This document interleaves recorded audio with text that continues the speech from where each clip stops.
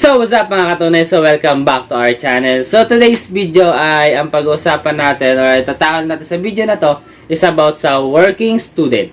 Sa working student, dahil may nakita kong post sa Facebook, pagkakascroll ko is meron dong mga working student na graduate. Ito yon, yan. Sila ang mga working student na graduate this year. So, dahil dyan, marami nag-comment sa mga previous vlog ko na ano ang requirements para paano maging working student? Paano mag-apply as a working student?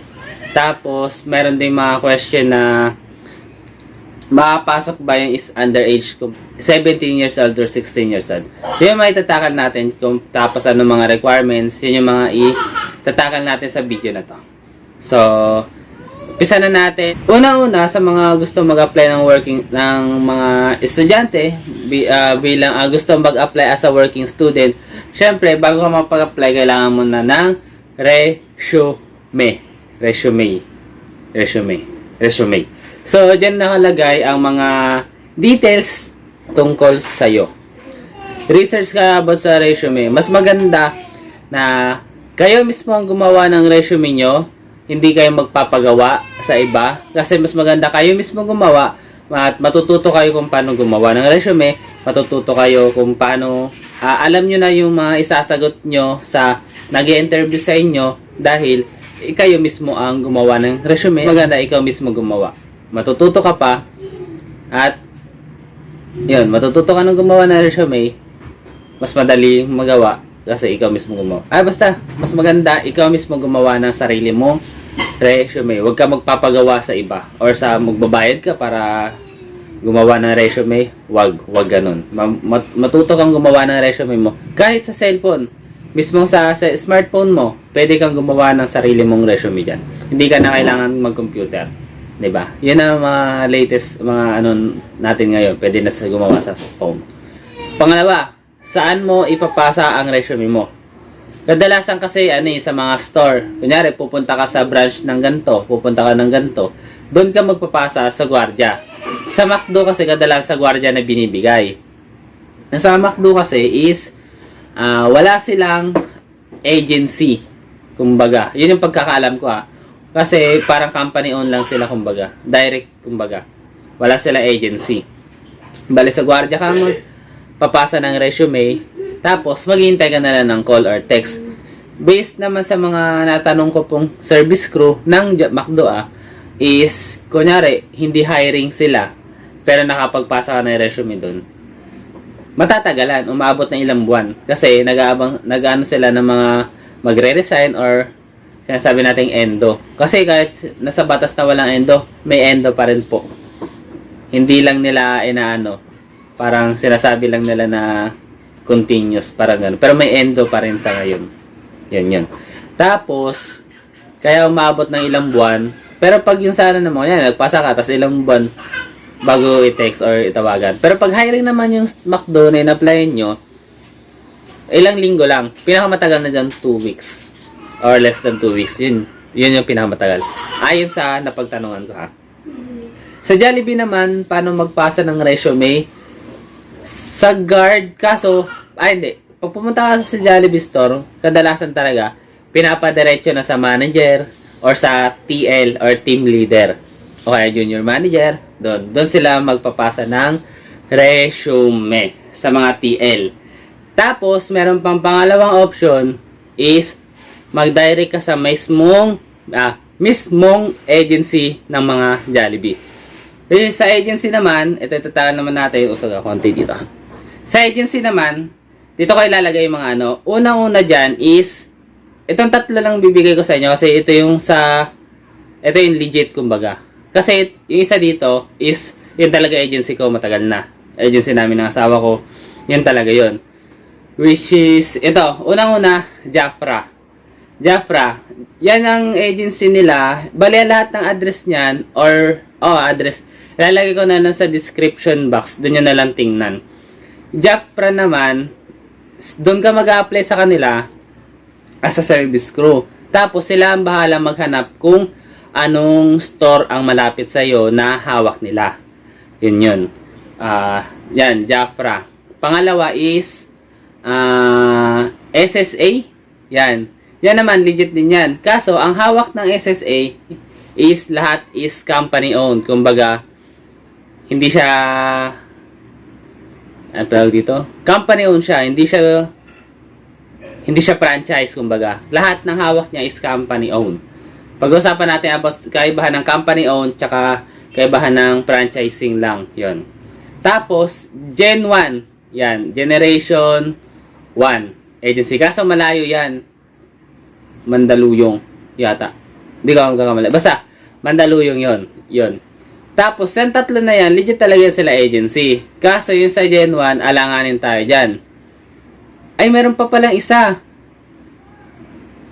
All-star ba yun? 5-star.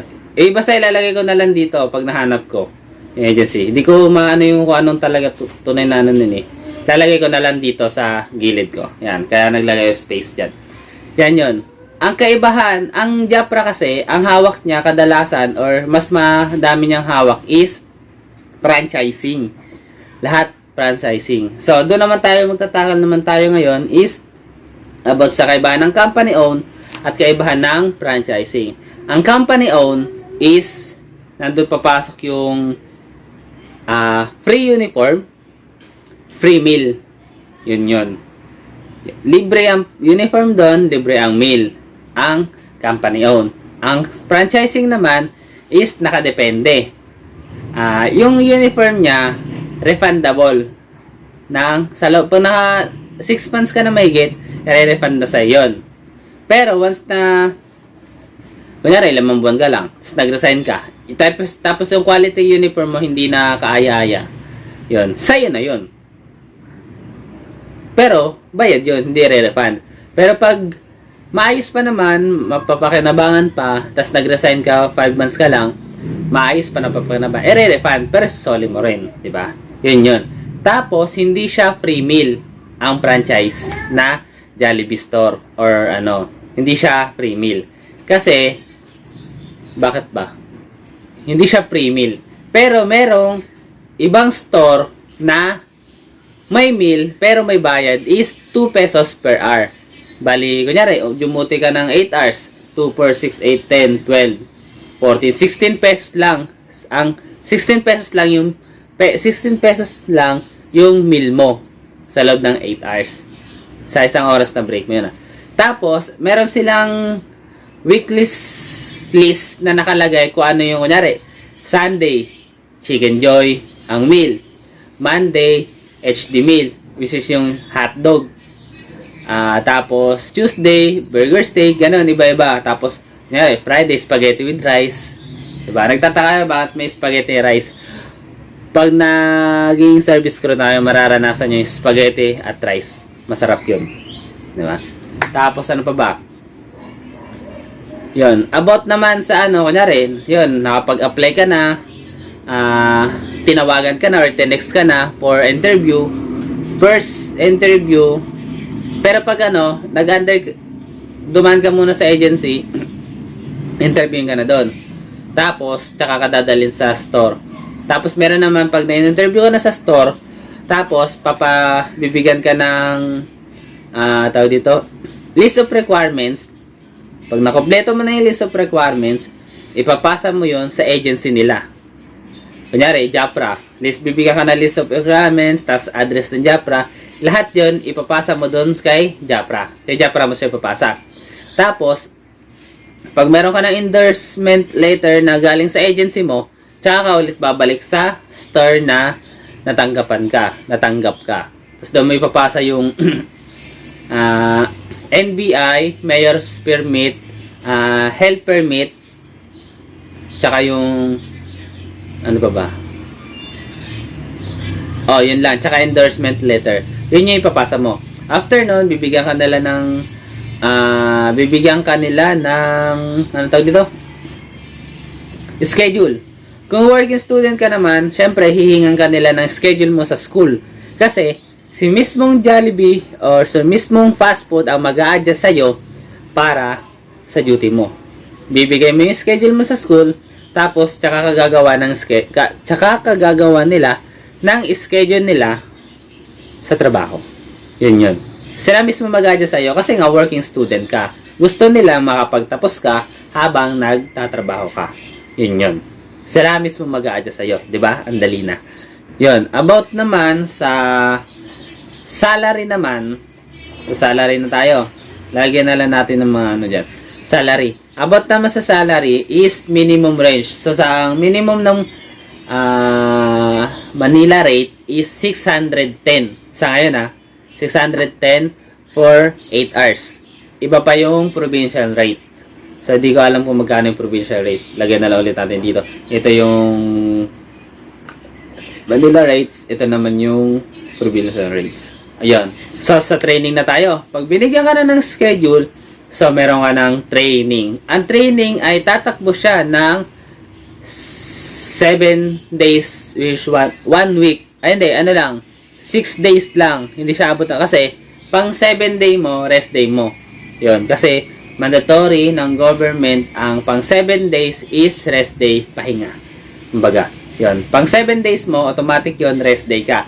Pag pumasok ka ng rest day mo, or pang 7 day mo, tapos, pumasok ka, meron yung tinatawag na nila na RDOT.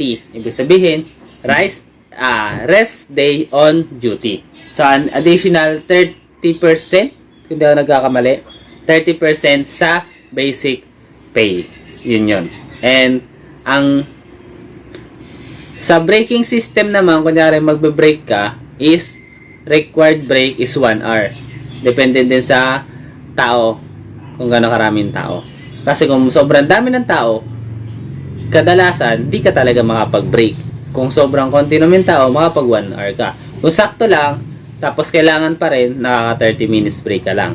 Yun.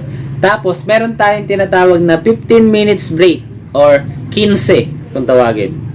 Yun ang government break, kumbaga. Coffee break, required yun kahit saan. Privilege nyo as a bilang crew or bilang manggagawang Pilipino, privilege nyo yun na mag-break kayo or gamitin nyo yung 15 minutes break.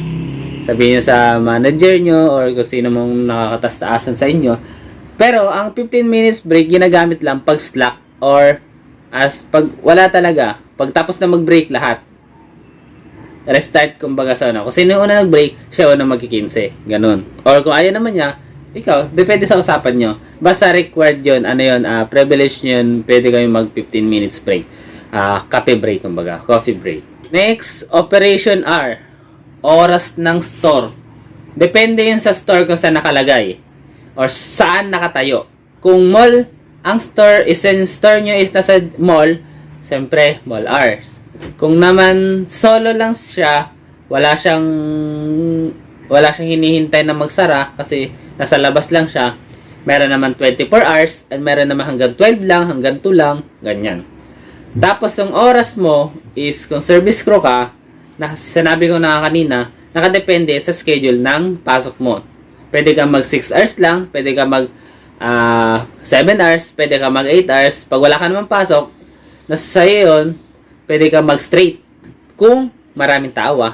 Kadalasan lang naman kasi nag-i-straight yung crew from Monday, tapos Saturday, and Sunday. Kasi yung tatlong yan ang weekend, ibig sabihin maraming tao. Monday, patay yung tao, kumbaga. Patay yung business pag Monday. Lalo sa mga fast food. Kasi Monday, syempre, pasokan, abala lahat. Yun. Next, sa requirements ulit. Balik ulit tayo sa requirements. Ang requirements pala na kailangan sa mga... Dati kasi, tumatanggap si Jollibee or ibang fast food ng 16 years old. Dati yun Pero based sa mga napagtanungan ko, hindi na siya tumatanggap ng 16 years old. Bale, tinatanggap na lang niya ay 17 years old na mag-18 na this year. Kunyari, 2023. 17 years old ka. Tapos, coming month, mga siguro ilang months, mag-18 ka na. Yon, tinatanggap nila yon. Basta 17 years old na mag-18. Yon, hindi 16 na magsa-17, hindi ganun. 17 years old na mag-18 this year. Yon, ang tinatanggap nila. Pag 17 years old ka naman, ang requirement sa'yo is, unang-una, parents' consent. Yan. Kailangan merong kasulatan na galing sa iyong magulang na pinapayagan kang magtrabaho at tustusan yung sarili mo or mag-working student. Basta kayo na gumawa ng spill kung anong-ano. Basta authorized ng parents mo na magtrabaho ka. Pangalawa, permit to work. Permit to work, makukuha siya sa DOLE. Magfa-file ka na, pwede ka mag-email, pwede ka mag-direct sa DOLE, or yun, sa internet, pwede. Makakuha ka naman doon email, pwede. Mag-email ka lang sa DOLE na permit to work. And next, syempre, siyempre, kailangan din natin ng diploma. Yan, kailangan natin. PSA, birth certificate.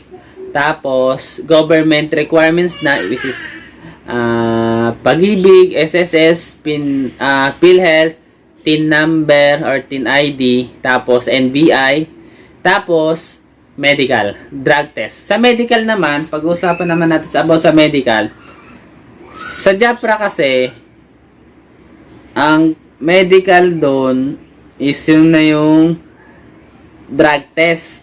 Drug test na yon. Tapos, kalakip na nun, pagkuha mo ng mayor's permit at health card, health permit. Yun na yung total para medical. Kasi meron na examination yung stool, tsaka placement ba yun? Ano yun? Dumi at laway. Yun ang kinukuha dun sa mayor's permit at health permit. Tapos i-issuehan ka nun ng health card, which is health card ID yun. Tapos mayor's permit para siya NBI kalaki. Yun. Yun yung tapos drug test na rin. Yan na yung mga requirements. So, kung may mga tanong pa kayo, don't forget na lang na don't forget na lang yun, mag-comment na lang kayo, tapos next video na lang natin itakal ulit yung mga, kung meron akong mga hindi nasabi, or meron ako nakalimutan, comment down below na lang. Tapos, yung mga address ng agency na nabanggit ko, ilalagay ko sa description box para meron kayong mababalikan at pwede kayong mag-inquire doon mismo or pumunta kayo doon. Yon. Tapos, ano pa ba? Yan lang. Maraming salamat sa panonood at umabot kayo sa hanggang dulo ng video na to.